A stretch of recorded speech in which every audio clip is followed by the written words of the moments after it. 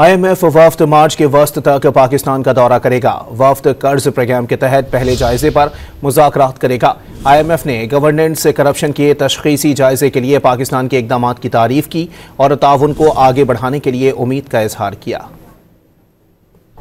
IMF نے mission کے حالیہ دورہ پاکستان پر بیان جاری کر دیا۔ IMF نے گورننس کرپشن کی تشخیصی جائزے کے لیے پاکستان کے اقدامات کی تعریف کی۔ کہا کہ IMF حکومت پاکستان کی سنجیدگی اور عزم کو سراہتا ہے، پاکستان کے ساتھ تعاون کو آگے بڑھانے کے لیے پرامید ہیں۔ بتایا کہ حالیہ دورے کا مقصد گورننس بدعنوانی کی تشخیصی جائزے کی تیاری کے لیے ابتدائی کام مکمل کرنا تھا۔ ان میں مالیاتی طرز حکمرانی، مرکزی بینک کی حکمرانی اور آپریشن شامل تھے۔ اس کے علاوہ مالیاتی شعبے کی نگرانی، مارکیٹ کے ضوابط، قانون کی حکمرانی سے متعلق امور پر بھی غور کیا گیا۔ IMF مشن نے منی لانڈرنگ اور دہشت گردی کی مالی معاونت کے انسداد سے متعلق امور کا بھی جائزہ لیا۔ IMF جائزہ مشن اور تکنیکی ٹیم کے مجوزہ دورہ پاکستان کا شیڈیول بھی سامنے آ گیا۔ کلائمیٹ فائنینسنگ کے حوالے سے تکنیکی امور پر بات چیت کے لیے IMF کی تکنیکی ٹیم فروری کے آخر میں پاکستان آئے گی۔ نمائندہ IMF نے بتایا کہ تکنیکی ٹیم کلائمیٹ فائنینسنگ سے متعلق تکنیکی معاملات پر بات چیت کرے گی اور اس حوالے سے ممکنہ انتظامات کا جائزہ لے گی۔